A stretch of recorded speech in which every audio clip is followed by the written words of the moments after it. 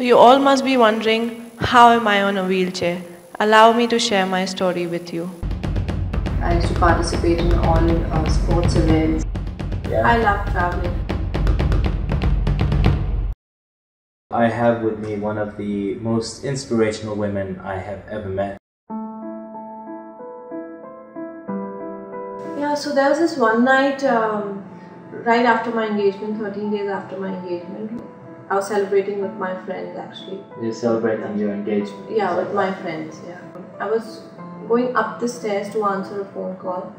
Like there was no railing for me to hold on to, and I fell straight on my back.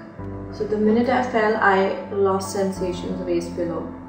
I couldn't get up, like I couldn't feel my lower limbs at all. And the ambulance was called. It took them around an hour for them to vacate the club and the ambulance to come in.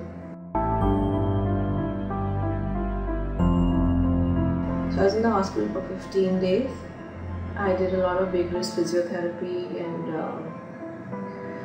but there was no change at all. I still remember this one incident. 4 days after my surgery, I had to sit up, like on the bed, and I didn't know where I was because I had no sensations waist below. So I was so scared to sit. I felt like I was floating, no balance, no trunk support. So it was... That must have been a crazy feeling. And it took them 2 days for them to just make me sit.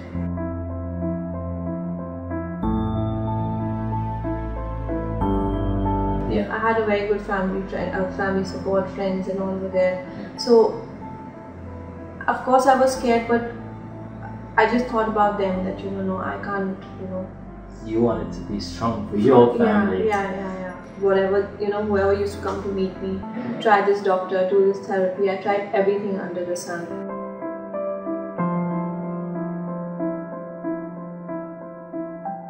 There was no recovery as such. Yeah. And that's when I told myself that no, I'm not going to sit back. And I started traveling, and with my friends I traveled a lot.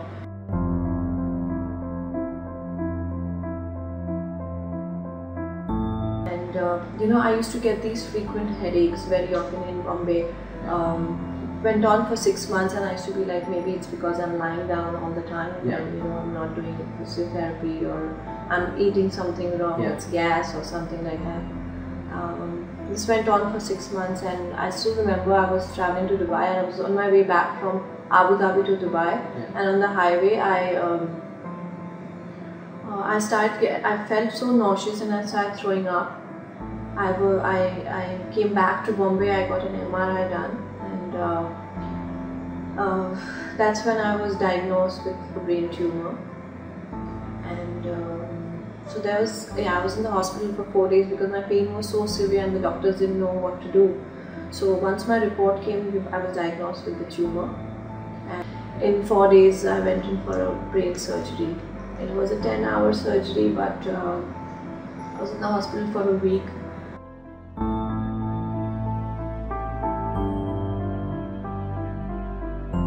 I was recovering, and then when I went for my follow-up checkups and everything, I did another MRI and the tumor reoccurred. So I again had to go through a gamma knife surgery then. How long after the first surgery? This was 6 months after the first surgery. 6 months after the first surgery? Yeah. And you didn't want your family to know at the time, did you? Yeah, no.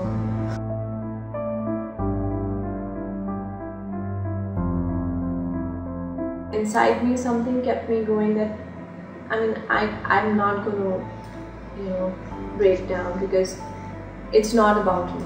It's about my family and friends who believe in me so much, Like I said, whatever I am is also because of them, All these things really kept me going. Wow. And what happened is, like, my fiance was still waiting for me, right? So I had that guilt in me that, I don't want him to go through this. Yeah. And I didn't know how much time it's going to take for me to recover. So I really had to sit down with him, convince him and ask him to move on. Initially it was difficult, but eventually, we broke up.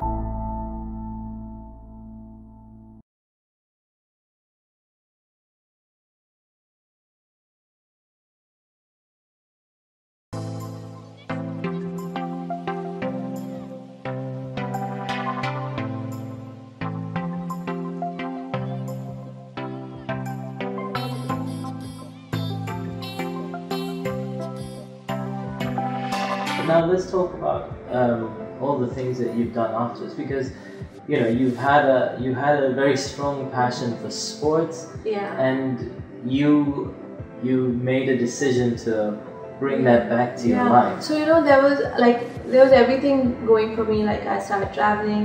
In fact, I found out that there was someone who could, you know, modify the car, and I could drive my car. So I got my car modified. I started driving. I was more independent. Otherwise, I had to depend on my friends or family for them to take me around. But now, once I started driving, I used to, you know, go up to them and tell them wherever I want to go. So I used to do Lonavala, Panchgani, Surat. I drive down.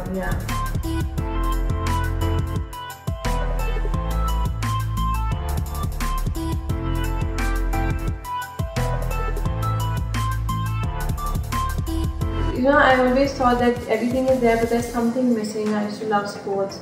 So a friend of mine, he told me that, you know, you can play badminton, you know.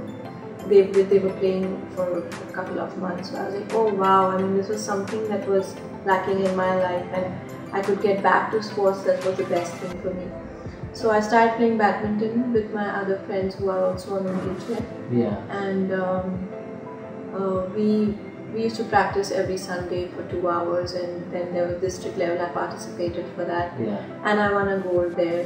Amazing. And in the next 6 months there was states level badminton. I won a gold there as well. Wow. So now I'm looking forward for national and to participate in Paralympics.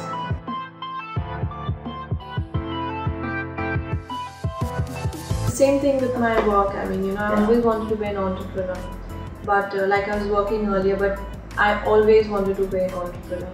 Right after my brain surgery, a year after my brain surgery, I got an offer to work with for Anita Dongre. And I started working with her. I was very happy in my job. I worked with them for 2.5 to 3 years. But there was something inside me that kept me saying that no, this is not what you are meant for. And you know, like I said, I always wanted to be an entrepreneur. So just 4 months ago, me and my best friend, we've started a company called Miracle Teamworks. It's all about adding value to people's life, and we've just started our salon called Honey because my friend is a hairstylist in 17 years. So this is the first wheelchair accessible salon in India. It's a completely accessible salon, from the ramp to the entrance to the mirrors to the backwash, where people on wheelchair can just transfer to the backwash, and the bathroom, the pantry, everything is absolutely accessible.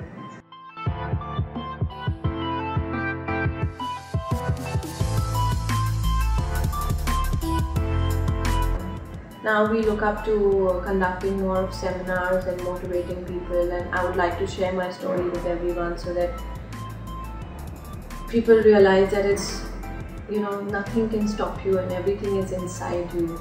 I just want to say your story has really inspired me, and I know there's a lot of people out there, some watching this video, that have maybe have things that they want to achieve in their life and feel like they have some obstacles that come up in the way. Do you have anything that you'd like to say? Yeah, I just want to tell people that, like I said, everything is inside you. You know, you don't have to be dependent on anyone. If you have made a decision that you want to do things, I think you can. I mean, it's all inside you. And I see a lot of people who are not physically challenged, but mentally they are so blocked in their head, like, you know, they can't do, like, the smallest thing would affect them. But trust me, that is not life. Like, you need to go all out, live in the now, because you don't know what happens next minute. You know, I really want to bring an awareness for accessibility, and I want to tell people that there's nothing that you cannot achieve in life. If you decide to do something, it's all within you, and ways will come. Like, you know, for me, initially it was difficult for me to even get up, and now I travel the world. I started my own company. I'm into sports, and you know, it's all inside you. The minute you decide, and you know, everything falls into place. Yeah.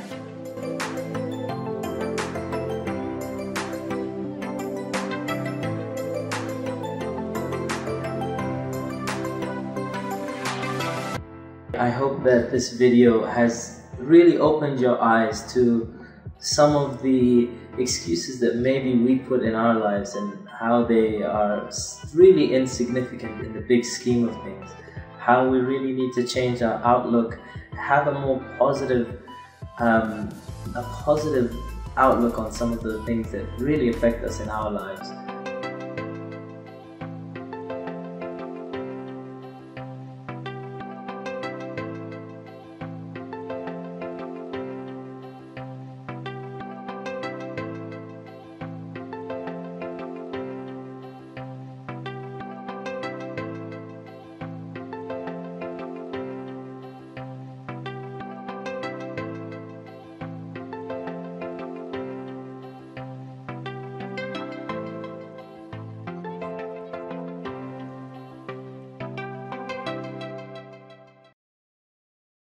Oh, hello Internet.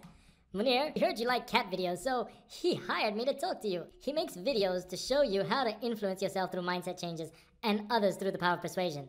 So when you hit the subscribe button now, you will get exclusive interviews, secrets, and mind-blowing tips on how to lead a more successful life.